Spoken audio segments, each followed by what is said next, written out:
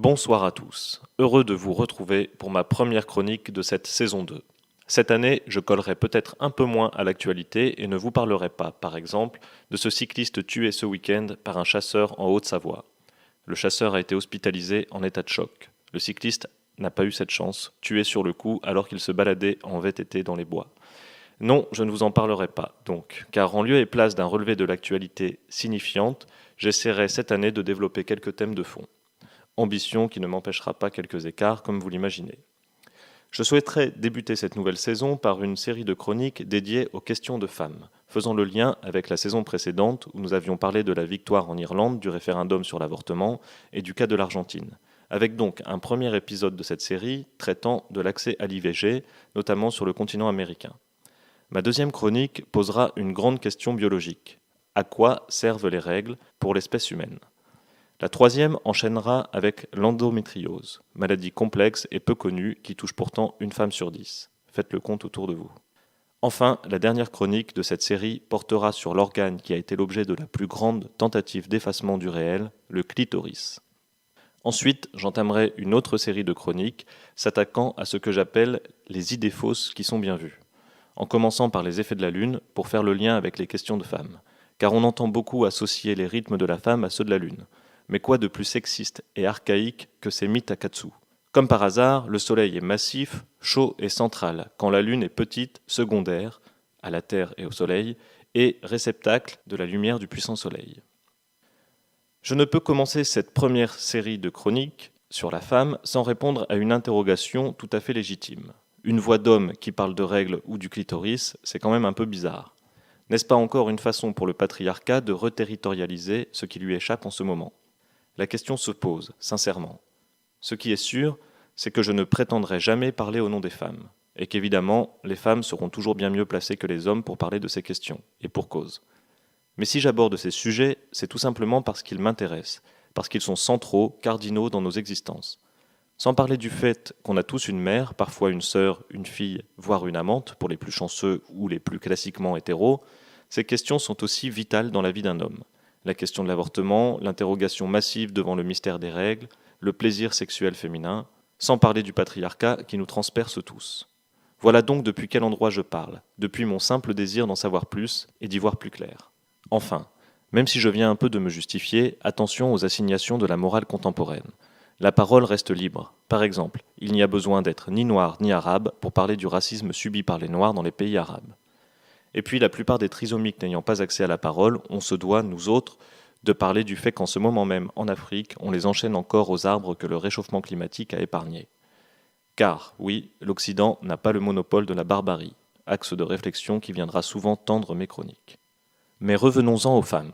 Vous l'avez peut-être entendu, le pape le plus à gauche, le plus moderniste que nous n'ayons jamais eu, a dit la semaine dernière qu'avoir recours à l'avortement, c'est comme avoir recours à un tueur à gages.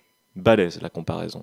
S'il pouvait claironner autant sur les histoires de pédophilie dans l'Église, à l'heure où tout le monde se paie des communicants, cette phrase ne peut pas être un dérapage. C'est évidemment contrôlé, prémédité. Qu'est-ce que cela nous dit ? Certes que le pape est un machiste opposé à l'avortement, ça on le savait, mais cela nous dit surtout à quel point l'avortement est encore un enjeu de croisade pour les forces obscures. Aussi, en Argentine, pays où a sévi le susdit pape avant que par malheur il ne débarque en Europe, triste retour de flamme de la colonisation, la loi autorisant l'avortement, dont nous avions parlé l'an dernier, n'est finalement pas passée, bloquée par le Sénat. On sait à quel point l'Amérique latine est sexiste, et peut-être l'Argentine en particulier, les Argentins étant un peu les Italiens de là-bas. Je vous laisserai jauger cette hypothèse géographique basée sur un ressenti strictement personnel. Rappelez-vous notre surprise l'an dernier, quand nous nous apercevions que l'avortement n'était pas encore légal dans un aussi grand pays que l'Argentine, pourtant gouverné récemment par la gauche et qui plus est par une femme. On nous aurait donc menti sur la gauche. Sachez que seuls 2 pays ont légalisé l'IVG en Amérique latine. Cuba dès 1965. Ah, on a beau dire, ça a quand même du bon la révolution, mais ne vous égayez pas trop vite. Je prépare une chronique incendiaire contre Guevara et son fidèle ami Castro. Chronique qui vous invitera, j'espère, à faire des cocktails Molotov avec vos t-shirts du Che. Et oui, la morale de l'époque, c'est aussi le recyclage, donc on ne va quand même pas jeter ces t-shirts. Donc Cuba, très en avance sur la médecine de façon générale, et l'Uruguay depuis 2012. Il y a aussi la ville de Mexico, dans laquelle l'avortement est autorisé. En Amérique latine, donc, l'IVG est un tabou massivement réprimé. Revenons en Argentine. Sachez qu'actuellement, un mouvement d'apostasie collective s'y développe. En effet, pour protester contre les positions de l'Église, notamment sur l'avortement, les catholiques se débaptisent par milliers. Il faut savoir déjà que l'Argentine était un pays dans lequel l'Église avait clairement soutenu la dictature militaire, contrairement à beaucoup d'autres pays d'Amérique latine, où l'embellie d'une foi révolutionnaire avait fait rougir quelques prêtres. Donc ils se débaptisent, très bien. Mais malheureusement, l'actualité sur le continent, c'est aussi l'épidémie évangéliste qui descend des USA. En plus de l'épidémie liée au sucre, confère ma chronique de l'an dernier sur la globésité que vous pouvez podcaster. La pandémie évangéliste ravage la tête de millions d'âmes perdues partout sur Terre, au Brésil notamment.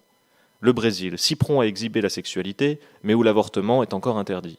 L'arrivée au pouvoir ce week-end de l'extrême droite n'arrangera pas les choses. 1 million d'avortements sont pratiqués chaque année au Brésil de façon clandestine.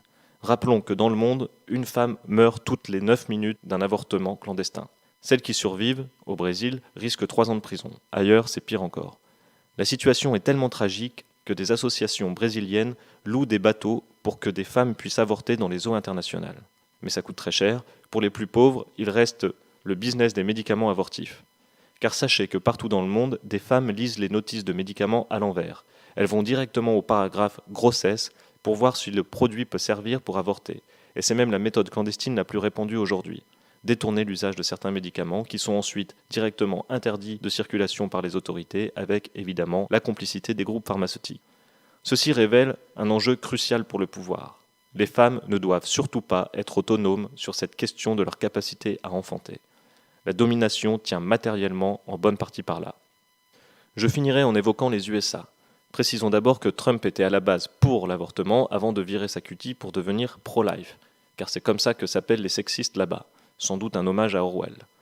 Et pour faire la boucle avec la question des tueurs à gages, sachez qu'aux États-Unis, une dizaine de médecins ayant pratiqué l'avortement ont été assassinés ces dernières années par les pro-life. Et en Allemagne, plus proche de chez nous donc, une femme médecin a été condamnée et recondamnée en appel la semaine dernière pour avoir simplement écrit qu'elle pratiquait l'avortement. Condamnée en vertu d'une loi datant de 1933. La libération a-t-elle eu lieu? On est en droit de se poser la question. C'est en tout cas une question qui gratte, qui reviendra régulièrement dans mes chroniques. En tout cas, sachez qu'en Allemagne, l'IVG, dont le coût peut atteindre plusieurs centaines d'euros, n'est pas remboursé. Mais pour conclure, je tiens à préciser que cette chronique, certes un peu flippante, on a parfois l'impression de régresser, ne devrait pas nous faire perdre de vue le verre à moitié plein. Jamais autant de femmes sur Terre n'ont eu autant accès à l'éducation, à la contraception et à l'avortement, ce qui présage un avenir radieux.